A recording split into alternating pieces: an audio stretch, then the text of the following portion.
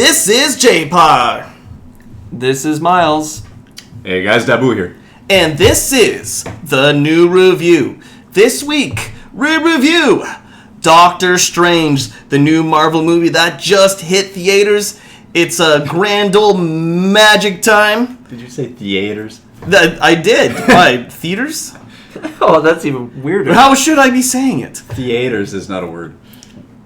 Say it for me, please. Theaters. At the theater? Yeah. All right. Well, I've never heard of theater. Forget it. I'm sorry. Grand old magical flick being released by Marvel, now in theater. Shouldn't it be plural?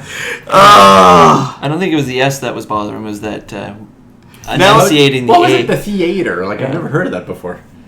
It doesn't matter how I say it. Kind of. But now in theaters. Is that good?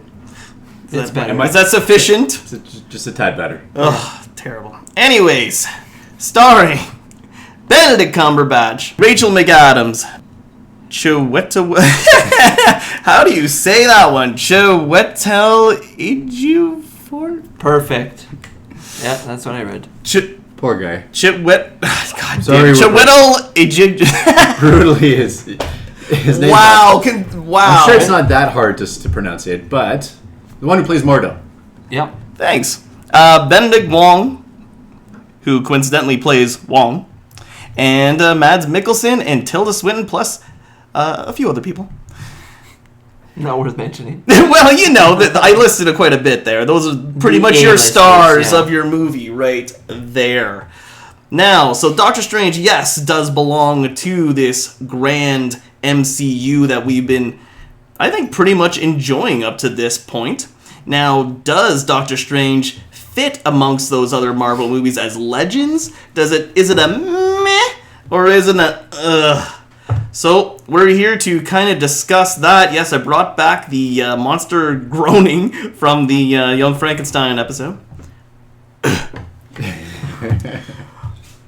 Is that how we're rating this now? We're gonna today's episode is gonna be rated in grunts. I'm just kidding. So you just like grunt how many times how many stars you want to give it? Never mind. No, we're not doing that. No? Not at all. Damn. Nice try though. Yeah. Well, Trying to make it cool. I'm trying. I'm trying to make this cool, guys. I'm trying to make it cool for all of you. All right. So, without further ado, let's start talking about Doctor Strange. Let's do a little intro because I believe there's a lot of people who aren't familiar with this Doctor Strange character as they are with maybe some of the Avengers or Spider-Man or some of the other Marvel favorites.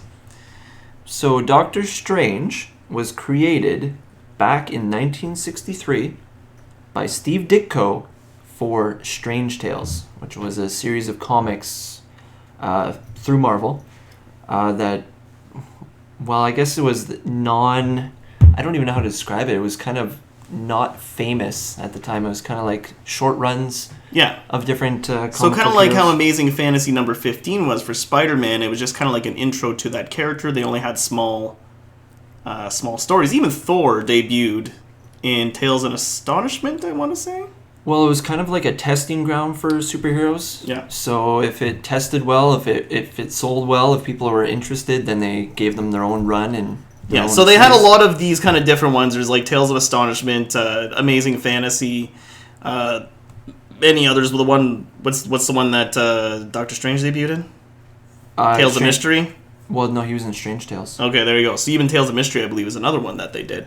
Many of these, had science fiction or magic. I think, it was kind of like a side thing to test out characters before they brought them into, I guess, the main fold, where you had like guys like Captain America and the Fantastic Four already established. But we got people like Warlock. He's a very popular person. Brother Voodoo. He became the Sorcerer Supreme in Doctor Strange's replacement. Doctor Strange disappeared for a bit. Cloak and Dagger. They're also magic users? They're also magic users, and they came from Strange Tales as well. So Strange Tales did launch quite a few famous comic book superheroes, if you will. All right. For the people watching this movie, you don't really need to know all of that, but if you are a comic fan, it might be just some interesting little details for you. For what you do need to know for this movie is that Stephen Strange is a brilliant surgeon, kind of arrogant, and he is the best at his job. To the point where he picks and chooses who he's going to operate on next. He likes a challenge, right? So, certain people aren't worth saving. Like I said, he's a bit arrogant. He gets into an accident, he can no longer use the use of his hands. And then he starts learning about magic. It was kind of by accident, though. A little spoilery, but we're not going to do too many spoilers. I just want to get that because this is the non-spoiler portion. Well, he didn't go in search of magic. He went in search to heal his hands. He didn't realize what he found when he found it, basically. So when Western medicine failed him, he went to the East looking for... Even this is kind of leaning on spoiler town, but it's kind of your introduction to the character if you don't know him. I wouldn't consider this too much of a spoiler because in a way this movie is all an origin story. We're not going to tell you, specific details in this part of it any further than that. So, what are your first impressions of Doctor Strange? Myles, go first. It was a great movie. I find Marvel's first outings are hit and miss. Iron Man was great, and then Thor was kind of and Captain America was so this one for me as a beginning, a starter movie, it was probably amongst one of the best intro to characters that I've seen yet. Yeah, it was I thought it was a brilliant introduction to this character as well.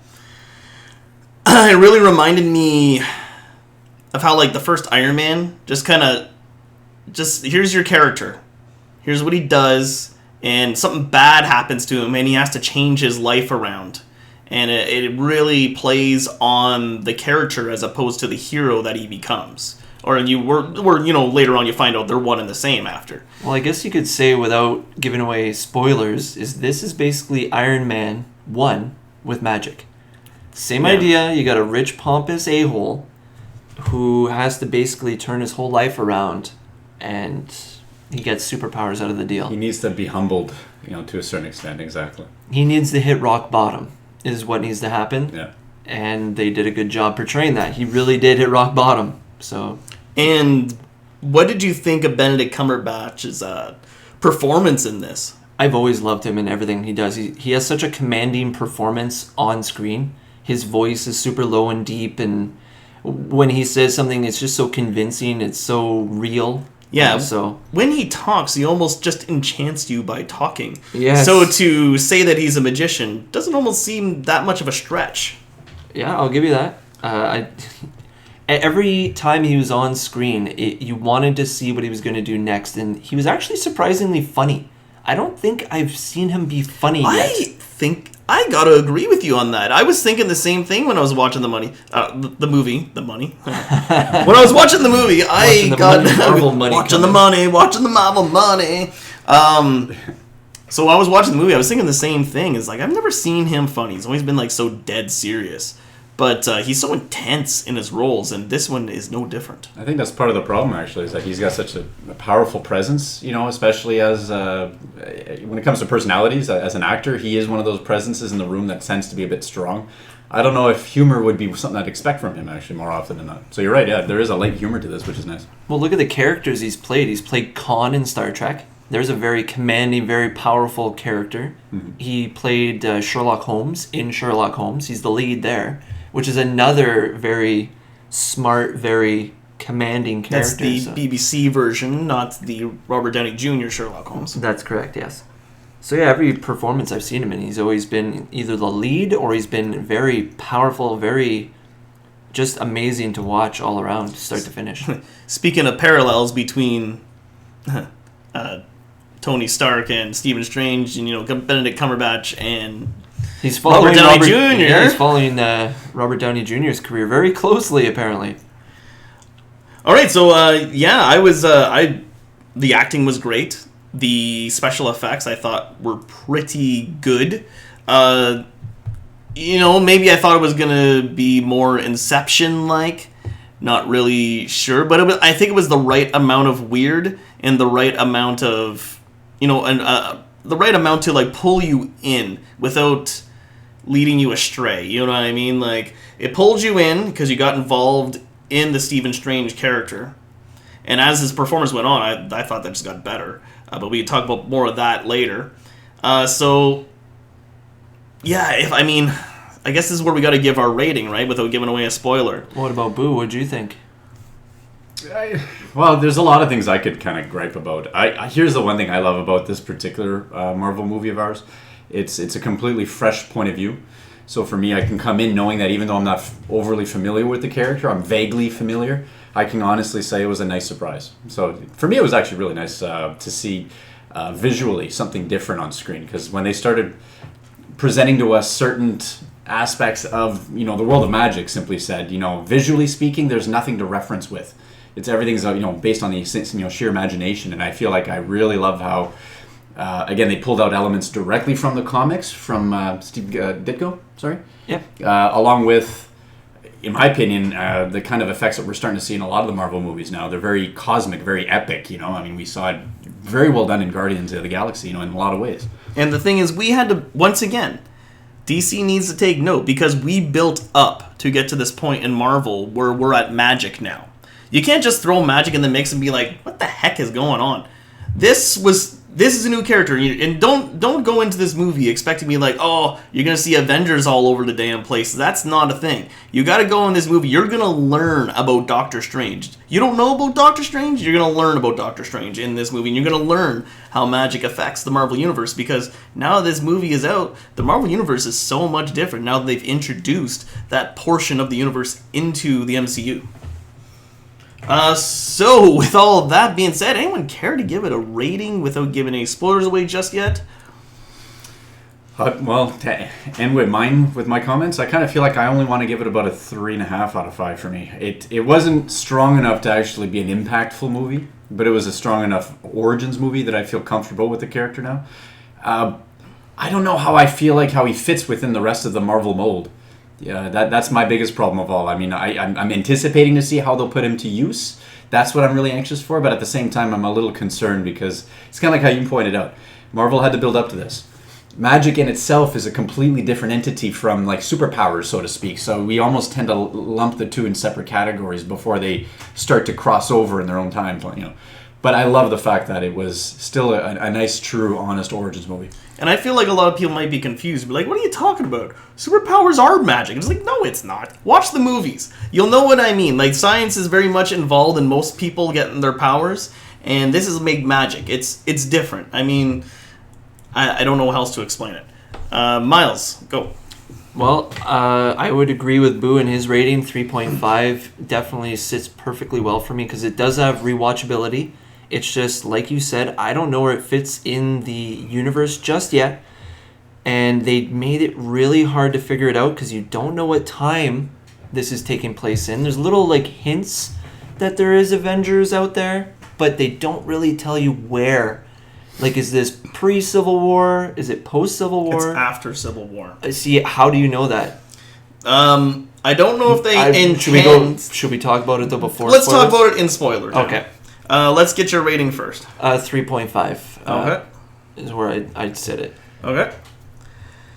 The last 2 days after we went and saw it, I was been trying to think what I want to give this movie. I feel like it deserves a 4, but I can't give it a 4. And the reason why I want to give it a 3.5 is because I don't know how good this movie is going to be when I rewatch it.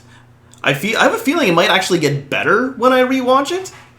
It might be like a Winter Soldier. It's all right at first, then the more I watch it, it might get better. It's still very solid, and that's why I want to give it that 4. I think it's a great introduction to the character, and I think it was just a great movie from beginning to end. I mean, it's not a perfect movie, just as all movies are not usually generally perfect, but it is a damn solid start to a character. And even if you're not into the Marvel Universe, and maybe you're coming in from the Harry Potter crowd, or someone that's more like magic centric, maybe this is more your introduction into the Marvel universes with this character. Maybe you'll get something a little more out of this than what I did. I still think it's a great, solid movie, but for some reason, I just don't want to give it that extra 0.5 just yet. I think if I rewatch it, maybe I'd want to give it that 4, but I feel like it doesn't deserve it yet. I think once we start to get into spoiler town and we start talking about what we didn't like, your 3.5 will make more sense to you, because I did the same thing last night and I did the same thing today. It was on the cusp, but it just didn't get there. All right, so that is our non-spoiler version of this review. Go and check out our spoiler version after you've gone and seen the movie, or, go check it out now if you've already seen the movie. We would love if you did that. You'll get to hear our favorite and our least favorite parts of the movie, so make sure you go check that out. Alright, so as per usual, you can like us on Facebook. You can always join the conversation at We Promise Nothing. Apparently we're on Instagram, We Promise Nothing with a G. I've never looked at it, so I just assume it's there because that's what people tell me. Yeah, it's there. Is it? Cool. Yeah. And, am I missing anything? Am I missing a plug? Twitter. I did say Twitter. We Promise Nothing, drop the G. Without a G, yeah. Without a G, drop the G, doesn't matter. Either way, it's We Promise Nothing. You always talk to us there. Once again, this is Jpar signing out. This is Myles going on a magic carpet ride. Ooh. Da Boo going bye-bye. And remember, if you disagree with anything that you hear today, or if we named any of these magical trinkets incorrectly, you can leave a comment below. But as always, we promise nothing. Good night.